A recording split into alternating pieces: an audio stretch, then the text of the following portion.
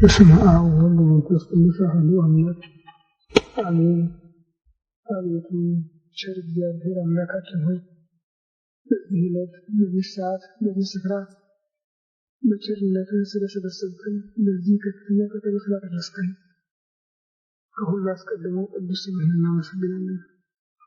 ቸር እግዚአብሔር አምላካችን ሆይ ሁለት ወይም ሶስት ሆናችሁ በስሜ ከተሰበሰባችሁበት እኔም ከዚያ በመካከላችሁ እገኛለሁ ብለሃልና ቃል ኪዳንህን እንድታጸናለን፣ በመካከላችን በስብሰባችን እንድትገኝልን፣ ልናውቀው የሚገባንን የሚጠቅመንን ትምህርት እንድታስተምረን፣ አእምሯችን ሊሸከመው ሊመረምረው ሊረዳው የሚችለው እንድትገልጽልን፣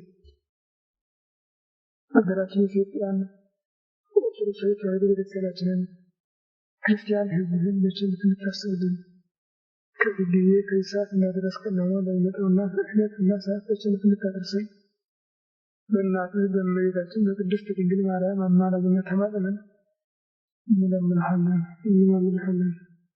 ክብር ምስጋና ለአብ ለወልድ ለመንፈስ ቅዱስ ይሁን ዛሬም ዘወትርም ለዘለዓለሙ አሜን። አባታችን ሆይ በሰማይ የምትኖር ስምህ ይቀደስ፣ መንግሥትህ ትምጣ፣ ፈቃድህ በሰማይ እንደሆነች እንዲሁ በምድር ትሁን። የዕለት ምግባችንን ዛሬ ስጠን፣ በደላችንን ይቅር በለን እኛም የበደሉንን ይቅር እንድንል፣ አቤቱ ወደ ፈተና አታግባን ከክፉ ሁሉ አድነን እንጂ መንግሥት ያንተ ናትና ኃይል ምስጋናም ለዘለዓለሙ አሜን። እመቤታችን ቅድስት ድንግል ማርያም ሆይ በመልአኩ በቅዱስ ገብርኤል ሰላምታ ሰላም እንልሻለን። በሐሳብሽ ድንግል ነሽ፣ በሥጋሽም ድንግል ነሽ። የአሸናፊ የእግዚአብሔር እናት ሆይ ሰላምታ ላንቺ ይገባሻል። ከሴቶች የተለየሽ አንቺ የተባረክሽ ነሽ፣ የማኅፀንሽ ፍሬ ኢየሱስ ክርስቶስም ምስጉን አምላክ ነው። ጸጋን የተሞላሽ እመቤቴ ሆይ እግዚአብሔር ከአንቺ ጋር ነውና ደስ ይበልሽ። ከተወደደ ልጅሽ ከጌታችን ከመድኃኒታችን ከኢየሱስ ክርስቶስ ምሕረትን ለምኝልን ኃጢአታችንን ያስተሰርይልን ለዘላለሙ አሜን። ኦ ኢየሱስ ክርስቶስ በከመ በሳህልከ ምሕረትከ ስረይ ኃጢአቴ ወኃጢአተ ኩሉ ሕዝብከ። ጌታዬ ኢየሱስ ክርስቶስ እንደ ይቅርታ እንደ ቸርነትህ ብዛት የእኔንም የሕዝብህንም ኃጢአት አስተስርይ። በማወቅ ባለማወቅ በማሰብ በመፍራት በመናገር የተፈጸመውን ሁሉ እግዚአብሔር ይባርክልን። ግንቦት 21 ቀን 1996 ዓመተ ምህረት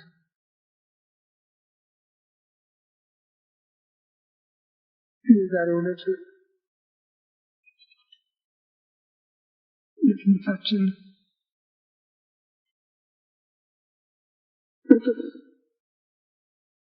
ትምህርት ይዞ ነበር። ነገር ግን ሁለቱንም የአንድ ቀን መቃኘት አንችልም። ሁሉም ሰፊ ትምህርት ያለበት ነው። ይሁንና ያም ሆነ ያ የሃይማኖት ትምህርት ያለ መንፈስ ቅዱስ አጋዥነት የማይከናወን ስለሆነ እሱን አጋዥ አድርገን ልቦናችንን እንመረምራለን።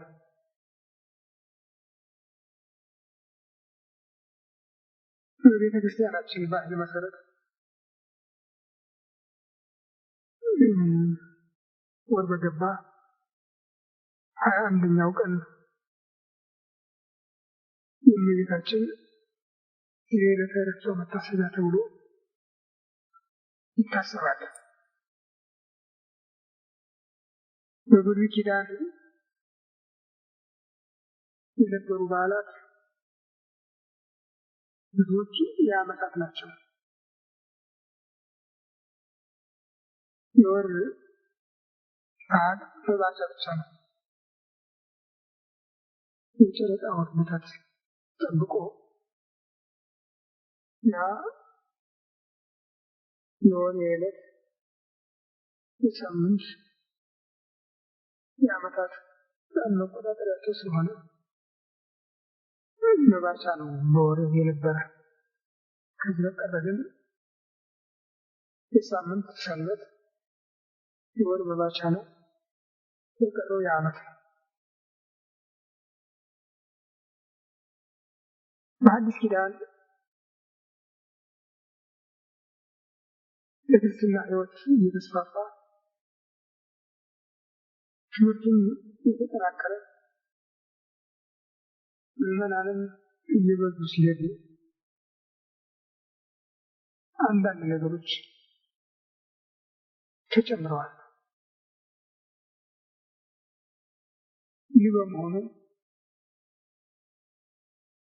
በኢትዮጵያ በሳምንት የነበረው የቀዳሚት ሰንበት ወይም ሰንበትነት ከአዳም ጀምሮ የኖረ ነው። በኦሪት ዘፍጥረት በምዕራፍ 1 መጨረሻና በምዕራፍ 2 መጀመሪያ እንደምንመለከተው ይህ በዓል እግዚአብሔር ከሥራው ያረፈበት ነው ይላል። ያረፈበት ነው ይላል። ደክሞ ታረፈ ማለት አይደለም። ያሰበውን ስራ ጨረሰ ማለት ነው። አንድ ሰው ያሰበውን ስራ ሰርቶ ሲጨርስ አረፈ ተገላገልኩ ይላል። ጨረሰ ማለት ነው። እግዚአብሔርም በ6 ቀን ስራውን ሰርቶ ስለጨረሰ 7ኛውን ቀን አረፈ ይላል። ያም ሆኖ ያለ ስራ ቀረ ማለት አይደለም። ምናልባት ቋንቋው አረፈ የሚለው ቃል ይስበን እንደሆነ ነው እንጂ ከዚህ በቀረ ለእግዚአብሔር ሰራና አረፈ በሚሉት ቋንቋዎች መካከል ምንም ልዩነት የለም።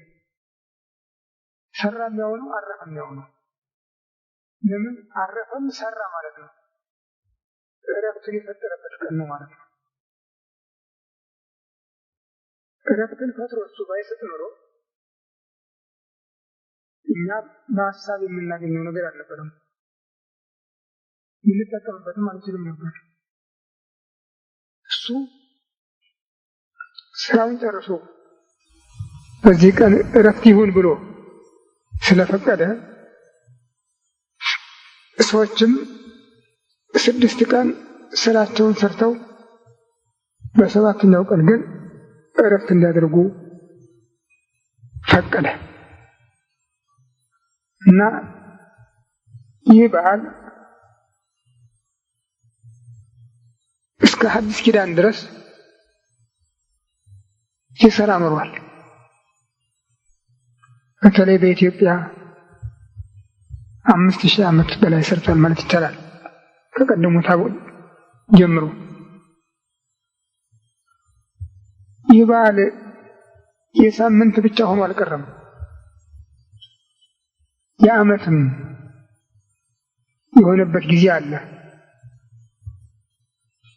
7ቱን ዓመት ቆጥሮ በ7ኛው ዓመት ምድር በጠቅላላ ከመታረስ አርፋ ተከርም ነበር። በዚህ ዓመት ዓመተ ዕድገት ይባላል እና የእረፍት ዓመት ነው። ገበሬ አያርስም፣ አይዘራም። ገቦ የበቀለውን ብቻ ነው ምናልባት ለሸት መጠቀም የሚችለው እንጂ አያርስም። በዚህ ዓመት 6 ዓመት ዝራ ገራህተከ ወበሳብዕ ዓም ተዓርፍ ወታሰነብት ምድር። 6 ዓመት እርሻህን ታርሳለህ፣ ትዘራለህ። በ7ኛው ዓመት ግን ምድር ታርፋለች። ሰንበቷ ነው ማለት ነው። ዓመተ ዕድገት ይባላል። ይሄ ደግሞ 7 ጊዜ ሲመጣ በ49 ዓመት ወደ 50ኛው ሲሸጋገር ቅድስዋ ለይት የዓመት ዘ50 ኩላ ክረምታ ይችን 50ኛዋን ዓመት በዓል አድርጉባት ስለተባለ ኢዮቤልዩ ትባላለች። በዚህ ጊዜ ምድር 2 ዓመት ነው የምትተርፈው።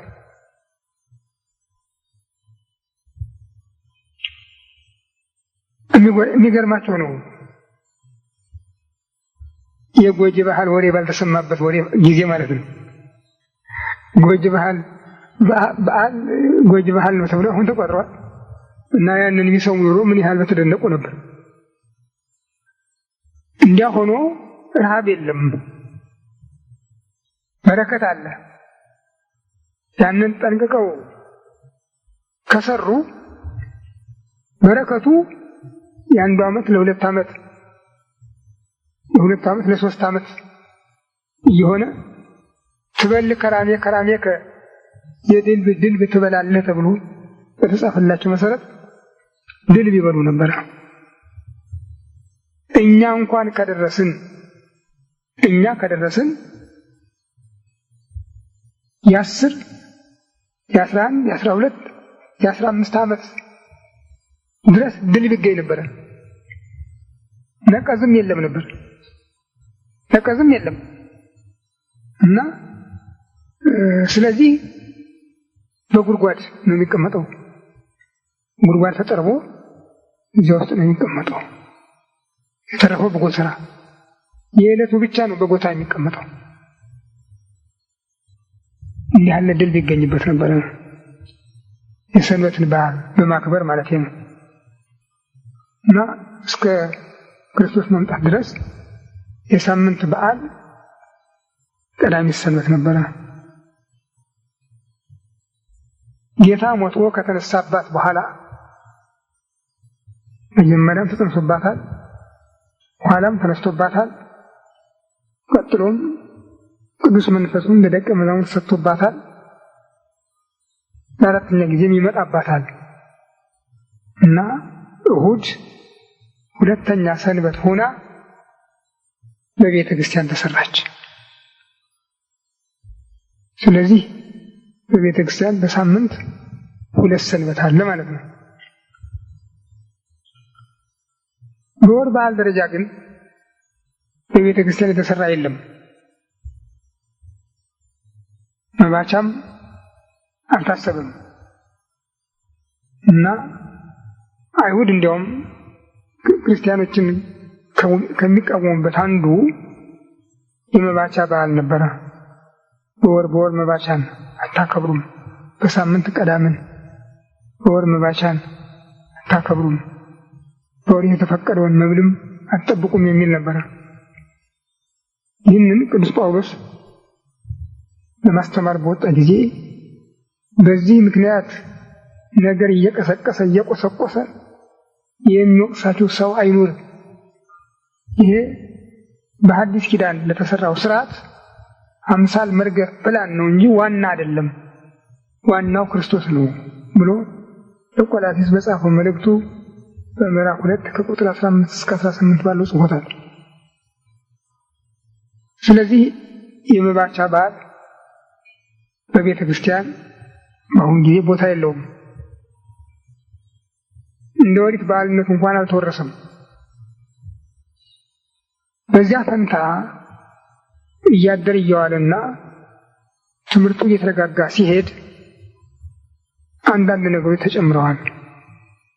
ይህም የእመቤታችንን የዕረፍቷን ቀን ምክንያት በማድረግ በየወሩ 21ኛው ቀን የእመቤታችን መታሰቢያ እንዲሆን ዋናው ጥር 21 ቀን ሆኖ በዚህ መሰረት በየወሩ 21ኛው ቀን የእመቤታችን መታሰቢያ እንዲሆን 29ኛው ቀን ደግሞ ጌታ የተጸነሰበት የተወለደበት ስለሆነ የጌታ የጽንሱ የልደቱ መታሰቢያ እንዲሆን እሱም ከ1000 ዓመት በኋላ ነው እንዲህ አይነት ነገር የተመሰረተው። እና እነዚህ ሁለት በዓላት የቤተ ክርስቲያን በዓላት ሆነው ኖረዋል። ዛሬ ግን ከሚያስፈራቸው ደረጃ ላይ ደርሰዋል ማለት ይቻላል። ከዚህ 29ኛው ቀን ግን በስያሜው ምክንያት ስሙ ተለውጦ ነው የሚታየው። በዓለ እግዚአብሔር ነው የሚባል። በዓለ እግዚአብሔር በመጀመሪያ አምላክ ከሰማየ ሰማያት ወርዶ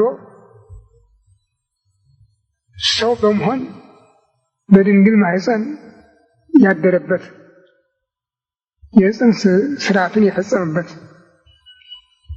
ሁለተኛ ማኅተመ ድንግልናዋን ሳይከፍት እንደተጸነሰ ማኅተመ ድንግልናዋን ሳይከፍት የተወለደበት በመሆኑ በዓለ እግዚአብሔር የእግዚአብሔር በዓል እየተባለ ይጠራል።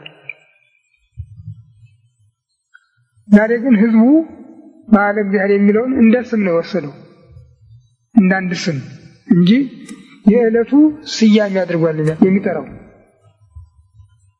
በዓለ እግዚአብሔር ብሎ አንድ ስም ነው የሚያደርገው።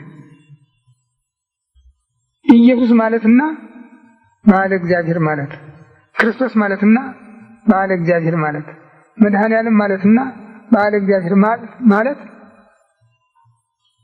ሁሉም ራሳቸውን የቻሉ መጠሪያ ናቸው ብሎ ነው የሚያምን።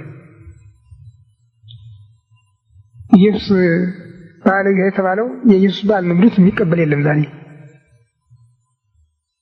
እና እዚህ ላይ ችግር አለ።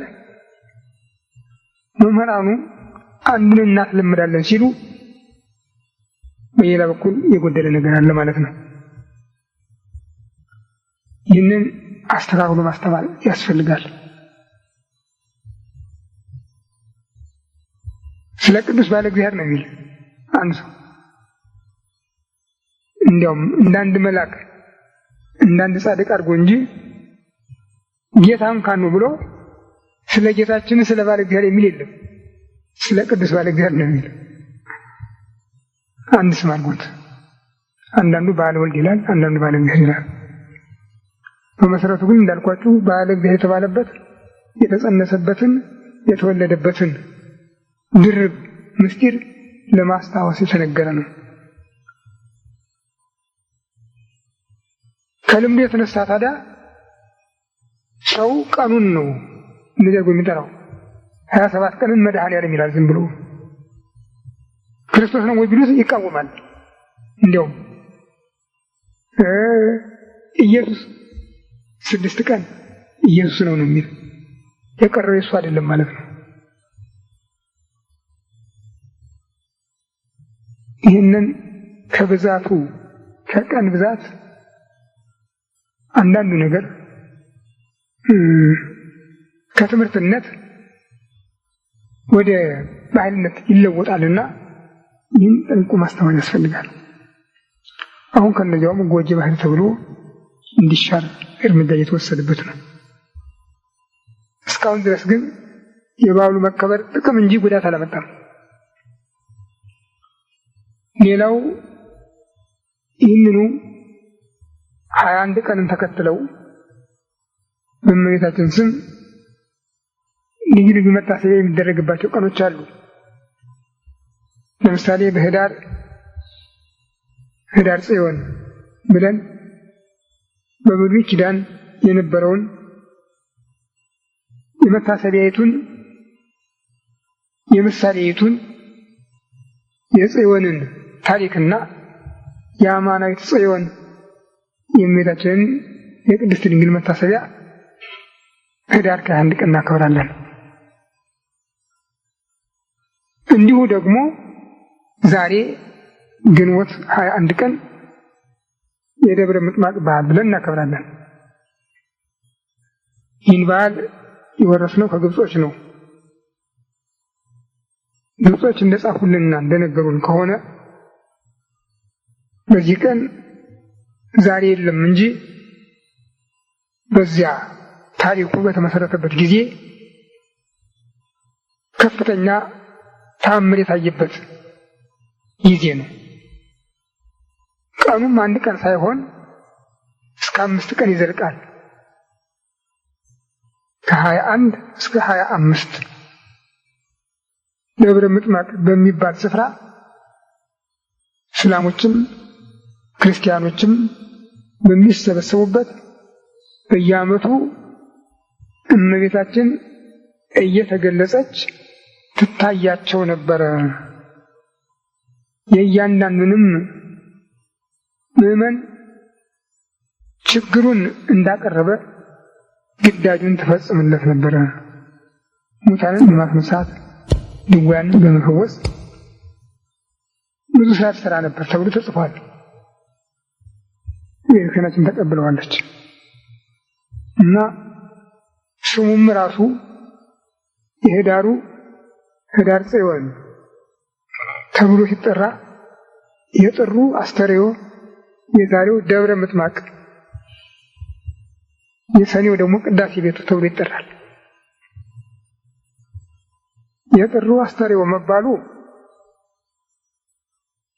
የጌታን መገለጽ የጥምቀቱን የልደቱን ታሪክ ደርቦ ነው። የዛሬው ደብረ ምጥማቅ የሚባለው ቦታውን ለማዘከር ነው። የሰኔው ደግሞ በስሟ ቤተ ክርስቲያን መሰራት የተጀመረበት ነው። በስሟ ብቻ ለመሰራቱ አይደለም፣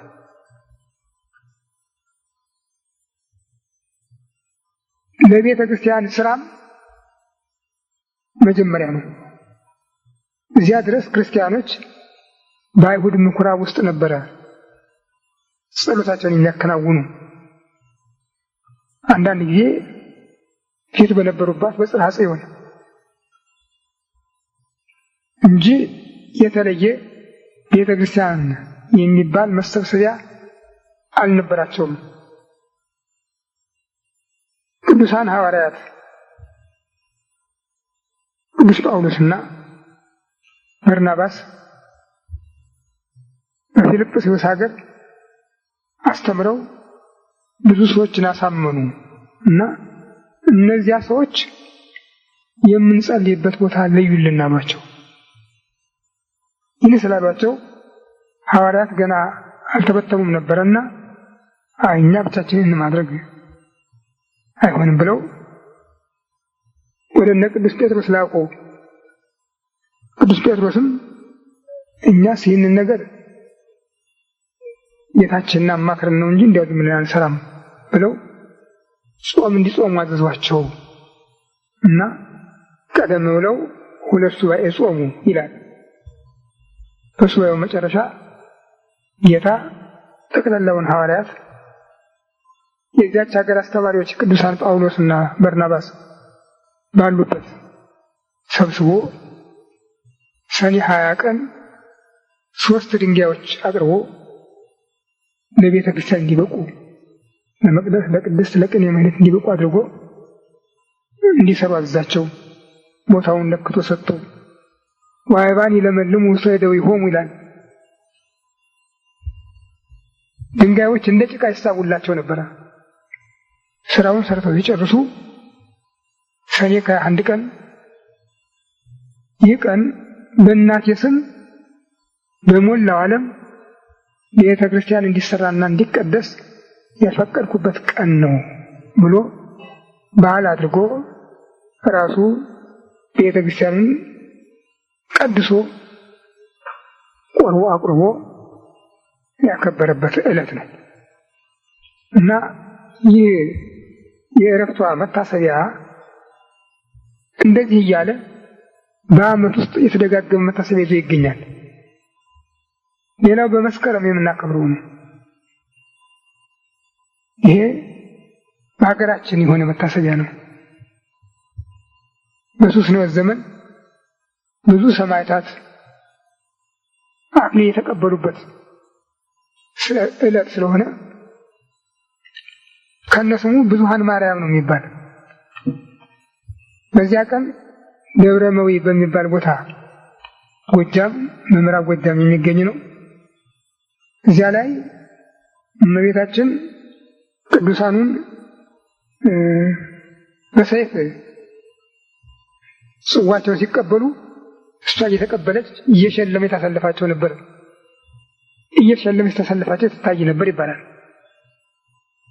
እና እስካሁንም በባላገሩ ብዙሃን ማርያም እየተባለች የምትጠራ ኋላም አፄ ዘርዓ ያዕቆብ በዚሁ ቀን በስሟ ግሸን ላይ ቤተክርስቲያን ሰርቶ አጽንቶታል። ይህ ዕለት መሰረቱ ግን ዕለተ ዕረፍቷ ነው። ስለዚህ በቤተ ክርስቲያን የወር መታሰቢያ ካላቸው አንዱ የእመቤታችን በዓል ነው። ሁለተኛው የጌታ በዓል ነው። ከዚህ በቀር የቀረው የዓመት ነው። ግን ምዕመናን ስም ጠርተው ለይተው ያው የጌታን እንኳን ቢሆን መድኃኔዓለም ክርስቶስ ኢየሱስ ክርስቶስ ብለው ተማጽነው ስለት ተስለው ያ ሲፈጸም በየወሩ በዓልህን አከብራለሁ በዓመት ዝክርህን እዘክራለሁ ብለው ይሳላሉ። ከዚያም አልፈው ደግሞ በእመቤታችን ስም በልደትሽ በበዓትሽ እያሉ ይሳላሉ። ከዚያም አልፈው በቅዱሳን መላእክት ጻድቃን ሰማዕታት ስም ይሳላሉ። ያን በዓመት ይከበር የነበረውን እነሱ በብፅዓት ምክንያት የወር በዓል ማክበር ስላስለመዱ ይሄ ደግሞ እየተስፋፋ ሄዶ በብዙዎች ዘንድ እንደ ባህል የሆነበት ጊዜ አለ። በዓመት ግን የቅዱሳንን መታሰቢያ እንድናከብር በሐዋርያትም በሊቃውንትም ታዘናል። ታዲያ የሚገርማችሁ ያም ሆኖ የበዓሉ መከበር እስከዛሬ ድረስ የቀነሰው ነገር የለም ከሚጨምር በስተቀር። እንዲያውም በዚህ በዓመት ውስጥ 4 ጊዜዎች አሉ ተከታታይ በዓላት የሚደረግባቸው። አንዱ ሰሙነ ሕማማትና ሰሙነ ፋሲካ ነው። የመጀመሪያው የጾም ሳምንት ነው። በጾም ሳምንት የምናከብረው ነው። በቤተ ክርስቲያን ውስጥ ነው የሚከበረው። በሽተኛ ካልሆነ በስተቀር ሕያው የሆነ ሁሉ ይህንን በዓል በቤተ ክርስቲያን ተሰብስቦ ግብረ ሕማማቱን እየሰማ የጌታን ዜና ሞቱን እያጠና እንዲያከብረው ታዟል። ሁለተኛው ሰሙነ ፋሲካ ነው። ይሄ ደግሞ የዕረፍት ሳምንቱ ነው። ይሄ 14 ቀን ነው ይመጣል። ከሱ ቀጥሎ የሚመጣው አንዳንድ ጊዜ ይቀድማል፣ አንዳንድ ጊዜ ሊከተል ይችላል። የእመቤታችን በዓል ነው። የዛሬ የጀመርነው ከግንቦት 21 እስከ ግንቦት 25 ያለው። በዚህም 5 ቀን ምልዳውን ያከብራል ገበሬው። ከሱ ቀጥሎ በዓለ ጰራቅሊጦስ ነው። የ8 ቀን ነው ከእሁድ እስከ እሁድ። በአሁኑ ጊዜ ከእመቤታችን በዓል ጋር ተደርቦ ውሏል። የሚተርፈው ቢኖር 2 ቀን ብቻ ነው እንጂ ተደርቦ ውሏል። በዚህም ገበሬው አያርስም። እንዲያውም ደፍሮ ካረሰ በሬው ወገቡ ይሰበራል እና በቃ ዝም ብሎ መክረሙ ነው። ከዚያ በኋላ ከነሐሴ 16 እስከ ነሐሴ 21 በዓለ ማርያም ብለን የምናከብረው አለ። የእመቤታችን የዕርገቷ መታሰቢያ ነው። እነዚህ ነገሮች አሉ። በዓመት ነው የሚመጡት። ነገር ግን እነዚህ በዓላት ትርፍ እንጂ ጉድለት አሳይተው አያውቁም። በረከት እንጂ ሕጸጽ የለባቸውም። ያከበራቸው ሁሉ የሚጠቀምባቸው ናቸው እንጂ የሚጎዳባቸው አይደሉም። እና በቤተ ክርስቲያን በዓላት ምክንያት ሁልጊዜ በረከት እንጂ ጥፋት ደርሶ አያውቅም። ራሱ ገበሬው ያውቀዋል። ይሄንን ሲተላለፍና ተጠንቆ ሲያከብር ያለውን ዋጋና ጸጋ ራሱ ያውቀዋል ገበሬው። እንዲህ ያለን አሁን በደርግ ጊዜ ተጀመረ። ቀደም ሲልም ቅዳሜና እሑድን መነካካት ተጀምሮ ነበር። በደርግ ጊዜ ግን በሰፊው ቀረ፣ ተረገጠና እንዲያውም በሱ ፈንታ የዶርዜ ማርያም ይባል ሰኞ ሰኞ በዚህ በቀጨኔ አካባቢ ያሉ ሰራተኞች የሚያከብሩት በዓል ነበር። እሑድ ሲጠጡ ብለው ሲደክማቸው ሰኞ ያርፉ ነበር እና እሱ ተተክቶበት ነበር። እሑድ ስራ ሆኖ ነበር። ይህንን ደግሞ በየእንትኑ የተሰገሰጉ በጸሐፊነት የገቡ ደብተሮችና ቀሳውስት ናቸው ደፍረው ሰውን ያስደፈሩት። ያ ሲያልፍ አሁን ደግሞ አልበቃ ብሎ ጎጅ ባህል ከሚለው ሀተታ ውስጥ በዓላትን ማክበር የሚል ገብቶበታል እና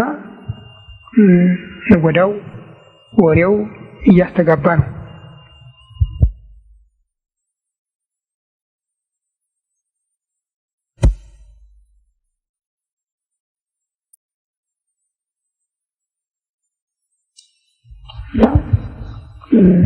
ወዳው ወሬው እያስተጋባ ነው። ጉዳቱ ግን እጥፍ ነው። እግዚአብሔር የሚጎዳ ነገር የለም። እረፍቱ የሚሰው ነው፣ ጥቅሙ የሚሰው ነው። ስለዚህ ቤተክርስቲያናችን የነበረችበትን ሁሉ አስበን የምናስተካክልበት መንገድ ካልመጣ በስተቀር ጉዳቱ እየጨመረ ሊሄድ ነው መሰለኝ። ሌላ ቅርስ የሙታን መታሰቢያ ሳይቀር እየተከለከለ ነው። ተስካር ሰው ያገኘ ይባላል። ሰው በአቅሙ የሚዋጣው ነገር ነው፣ ግዴታ አይደለም። በአቅሙ የሚዋጣው ነገር ነው። ሰርግ ማህበረሰቡ የሚገናኝበት ስርዓት ነው። ማንንም አላጎደለም፣ ማንንም አላጋየም። በመጠኑ ይሁን እሺ፣ ግን አልፎ ተርፎ ጎጂ ብሎ ተረክ ግን ይሄ ሞት አይመስለኝም። ግዝረትን የሚያዳና ያዘዘ ሰው አይደለም። ከሆነ ጀምሮ ደግሞ በግዝረት የሞተ ሰው ሰምተን አናውቅም። ወዲያውም የለም። እስካሁንም እናቶቻችን እህቶቻችን ተገዝረዋል። ምናውቅ የሆነ ወንዶችም ሴቶችም ግዙራን ናቸው በሀገራችን። ግን አንደኛዋም እንኳን የኤድስ በሽታ አልተገኘባትም። ዛሬ ጤነኛው ሰውዬ ነው ሲንቀሳቀስ ቆይቶ በፈቃደኝነት ምርመራ ብሎ ይገባል። ሲወጣ ግን ኤድስ አዝሎ ይወጣል። አንገቱን ደፍቶ ይወጣል። ይህ ብቻ ነው የምናየው። እንዴት መጣ፣ ከየት መጣ፣ ወዴት ይሄዳል ብሎ ማሰብ ማሰላሰል፣ ይህንንስ ማን ነው ፈውስ ሊሰጥ የሚችል ብሎ መመርመር ማጥናት፣ እውነተኛው ጸጋ ደግሞ ከእግዚአብሔር የሚገኝ መሆኑን አምኖ መጠቀም ሲቻል የቤተክርስቲያን መሰረት ለመናድ ብቻ ክንድ በክንድ ተዳርቶ የሚደረገው ጥረት እኔ ውጤቱ የከፋ የሆነ ብዬ ነው የማስበው።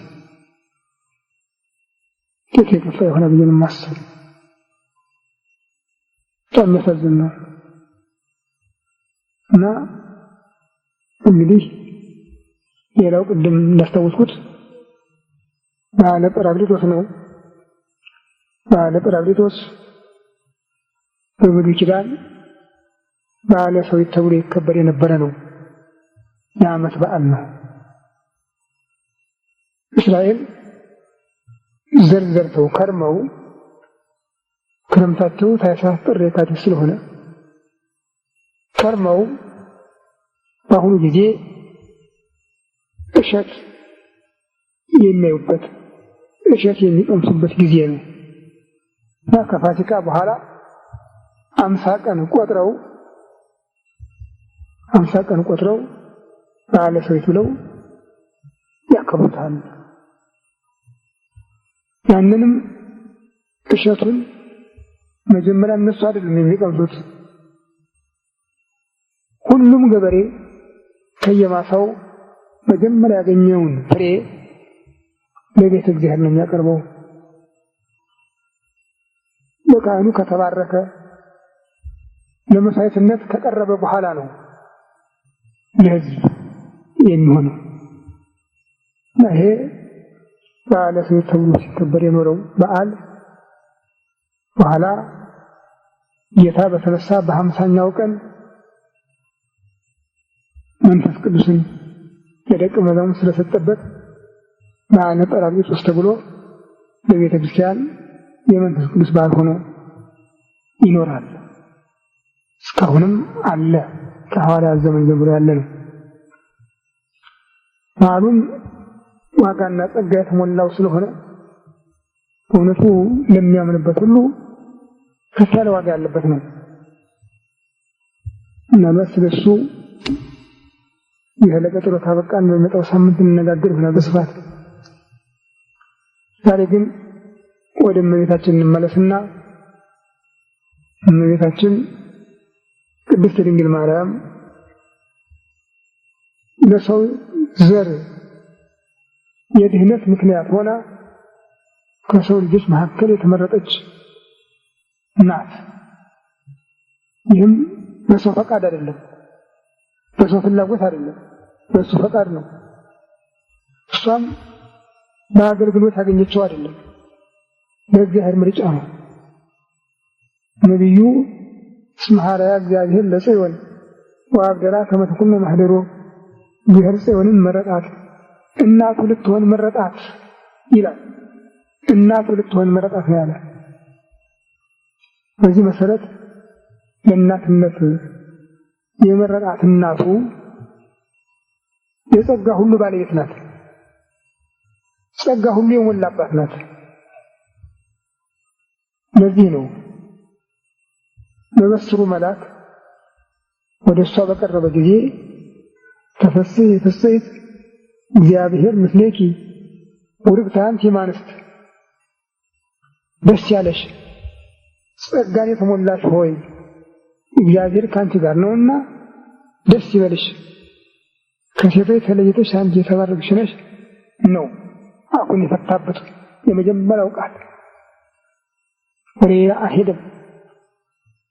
ደስ ያለሽ ጸጋን የተሞላሽ ሆይ እግዚአብሔር ከአንቺ ጋር ነውና ደስ ይበልሽ፣ ከሴቶች ተለይተሽ አንቺ የተባረክሽ ነሽ ግን ያለ። እሷም ይህ አነጋገር ምንም እንኳን እጅግ የሚያስደንቅ ቢሆንም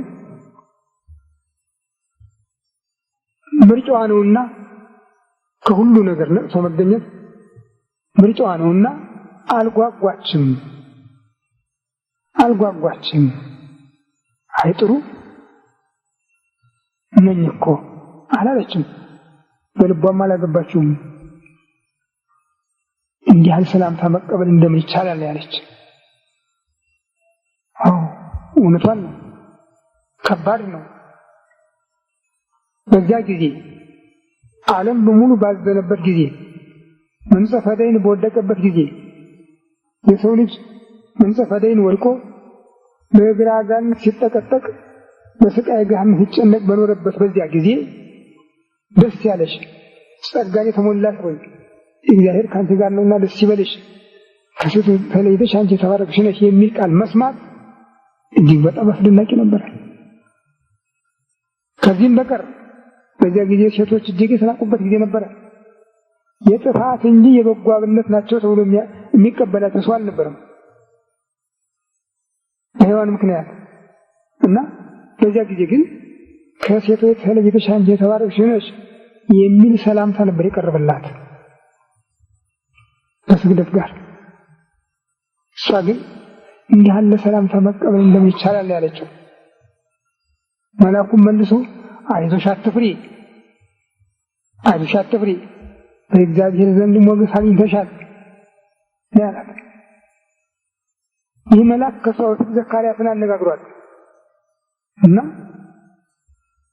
ጸሎትህ ምጽዋትህ እግዚአብሔር ፊት ደርሷል፣ ሚስትህ ኤልሳቤጥ ወንድ ልጅ ትወልድልሃለች ሲለው ማለት ነው ይቆርጅቻለሁ ሚስቴም ማርይታለች የሚል ቃል ነበር የመለሰለት ካህኑ። እውነቱን ነው። መልአኩ ግን ልክ ነህ አይደለም ያለው። እኔ እኮ በእግዚአብሔር ፊት የምቆመው መልአክ ገብርኤል ነኝ። በጊዜው ጊዜ የሚፈጸመውን ነገሬን አምነህ ስላልተቀበልከኝ ዲዳ ትሆናለህ፣ መናገር ይሳናል ያለው። ወዲያውኑ ነው አንደበቱን የዘጋው። እመቤታችን ግን እንዲህ አይነት ሰላምታ መቀበል እንደምን ይቻላል ስትለው ማርያም ሆይ አይዞሽ አትፍሪ፣ በእግዚአብሔር ዘንድ ሞገስ አግኝተሻል አላት። እንዲያስደነግጣት እንዲያሳዝናት አልፈለገም። ትእዛዝም አልነበረውም። እንዲያውም ትጸንሻለሽ፣ ወንድ ልጅ ትወልጃለሽ፣ ስሙን ኢየሱስ ትይዋለሽ፣ እሱ ገናና አምላክ ነው፣ የልዑል እግዚአብሔር ልጅ ይባላል። እግዚአብሔር አምላክ የአባቱን የዳዊት ዙፋን ይሰጠዋል፣ የያዕቆብ ወገንም ለዘላለም ነግሶ ይኖራል፣ ለመንግስቱ ፍጻሜ የለውም ማለት። አሁንም የእርሷ መንፈስ ግን አልተሸበረም። እንዲህ ያለ ልጅ ካገኘሁማ አላለች። እንዴ እኔ እኮ እንዳላውቅም ወንድ ሳላውቅ ይህ እንዴት ይሆንልኛል ያለችው። እንደውም ሊቁ ቅዱስ ያሬድ ማየት የረከብ ከዛ ከመዝብ ስራተ ዘእንበለ ዘር ምድር ተወ ዘእንበለ ምትም ድንግል ጽንሰተ። እንዲህ ያለውን ዜና ከየት አገኘኸው? ምድር ያለ ዘር ታበቅላለች፣ ሴት ያለውን ትጸንሳለች የሚለውን ከየት አገኘኸው አለችው ነው የሚል። አሁን መልአኩ አልተቆጣም፣ አላጉረመረመም፣ አላኮረፈም። ምን ማለቷ ነው አላለም። መንፈስ እግዚአብሔር ቅዱስ ይመጽእ ላዕሌኪ ወኃይለ ይጼል ለኪ ዘኒ ተወለደምኒ ቅዱስ ውእቱ ወይሰመይ ወልደ እግዚአብሔር ልዑል። የእግዚአብሔር ቅዱስ መንፈስ ያድርብሻል። ባል ከማግባት ድንግልናን ከማጣት ዘር ከመቀበል ይከለክልሻል። ስለዚህ ካንቺ የሚወለደው ቅዱስ ነው፣ የልዑል እግዚአብሔር ልጅ ይባላል። ከዘመድሽ ወገን የሆነችው ኤልሳቤጥ እንኳን ጸንሳለች፣ 6ኛ ወሯ ነው። ለእግዚአብሔር እኮ የሚሳነው ነገር የለም ያላት። ከዚህ በኋላ ግን ወደ ክርክር አልሄደችም። እንዳልከኝ ሆነልኝ ያለችው መንፈስ ቅዱስ ያድርብሻል ያላት። ይህ ስራ የሰራው መንፈስ ቅዱስ ነው።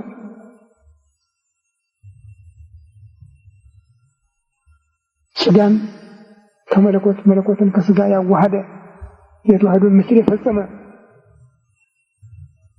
መንፈስ ቅዱስ ነው። በግብረ መንፈስ ቅዱስ የተፈጸመ ስራ ነው። ጥበቃው በግብረ መንፈስ ቅዱስ ነው። ማኅተመ ድንግልና ሳይለወጥ ስትጸንስም ስትወልድም ማኅተመ ድንግልና ሳይለወጥ የተፈጸመ ግብረ መንፈስ ቅዱስ ነው። ስለዚህ መንፈስ ቅዱስ ያድርብሻል። የልዑል ኃይል ባል ከማግባት ድንግልናን ከማጣት ይከለክልሻል። ካንቺ የሚወለደውም ቅዱስ ነው፣ የልዑል እግዚአብሔር ልጅ ይባላል አላት። እንዳልከኝ ይሁንልኝ ስትል የእግዚአብሔር የቸርነቱ ሐሳብ ተፈጸመ። አምላክ ሰው ሆነ፣ ሰው አምላክ ሆነ። ሰማይ ምድር የማይወሰነው አምላክ፣ ምልአቱ ስፋቱ ርቀቱ የማይመረመር አምላክ በድንግል ማኅፀን አደረ። ማኅተመ ድንግልና ሳይለውጥ በድንግል ማኅፀን አደረ። ሰማይ ምድር አይበቃውም፣ እሱ ይወስናቸዋል እንጂ እነሱ አይወስኑትም። አዎ በመሃል እጁ እንደ እንቁላል እንደ ጽና ጨብጦ ይዟቸዋል። ይህ አምላክ ነው በድንግል ማኅፀን ያደረ። እንድትሸከመው መረጣት፣ ልትሸከመው ብቻ አይደለም አካሏን አካል እንዲያደርግ መረጣት። ቤተክርስቲያናችን የምታምነው ይህንን ነው። ወደ ነቢዩ ኤልሳቤጥ ሄደች ምስክር ለማረጋገጥ ለማጥናት። የጌታዬ እናቱ መንፈስ ቅዱስ በኤልሳቤጥ ሞላባት ነው የሚለው ወንጌል። የጌታዬ እናቱ ወደ እኔ ልትመጪ እኔ ምንድነኝ?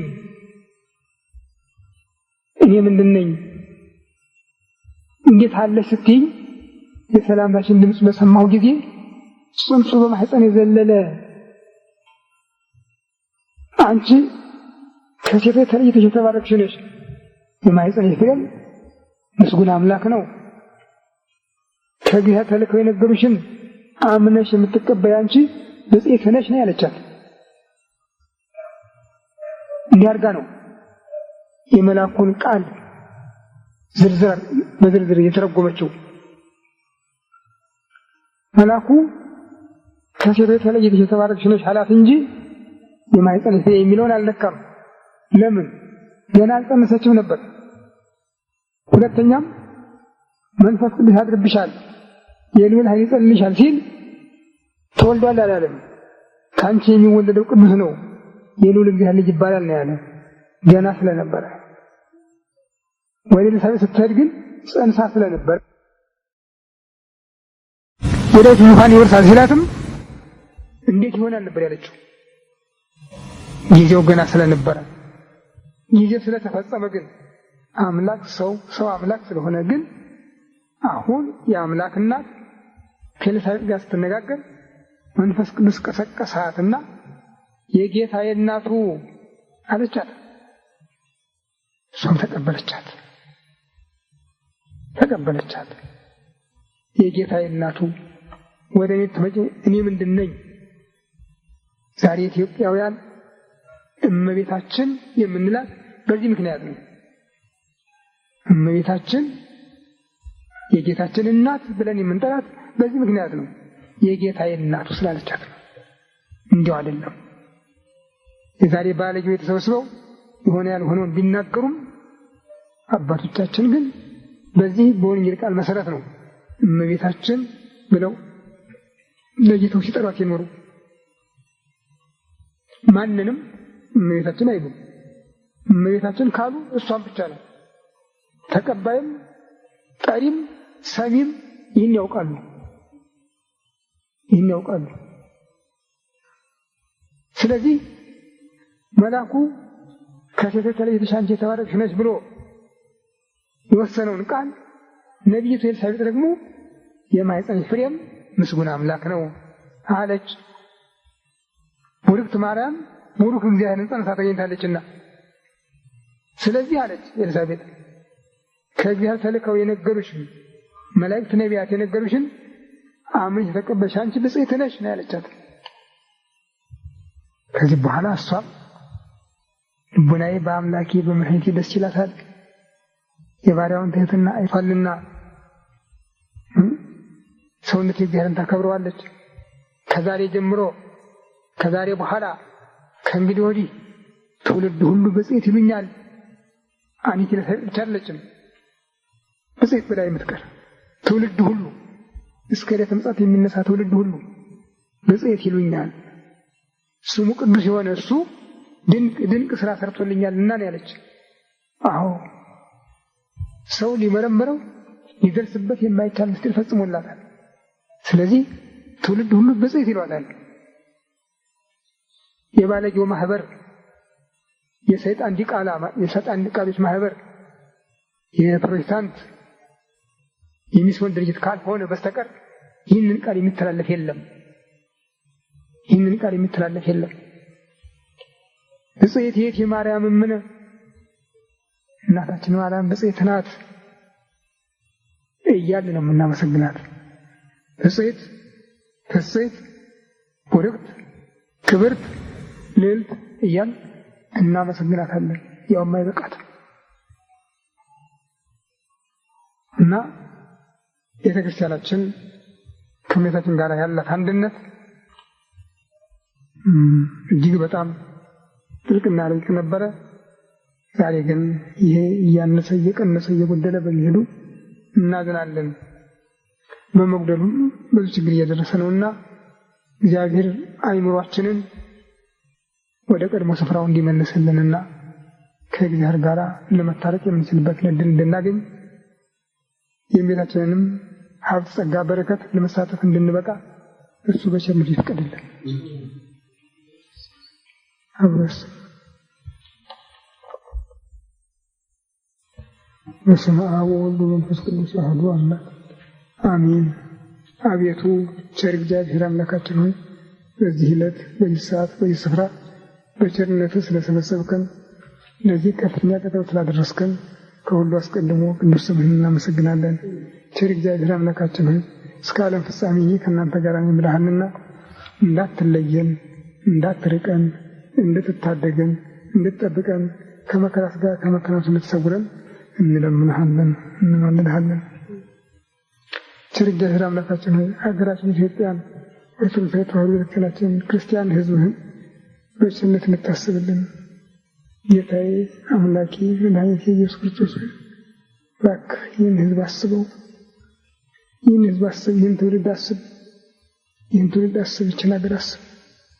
አምላኬ አስበን፣ አስበን፣ አስበን። እኛ አንተን ደስ የምናሰኝበት ምንም አይነት ምግባር የለም። እምነቱ ነበረ፣ እሱም ጠፍቷል እና እባክህ ከወደቅንበት እንድታነሳን በእናትህ በእመቤታችን በቅድስት ድንግል ማርያም ስም ተማጽኜ እለምንሃለሁ፣ እማልድሃለሁ።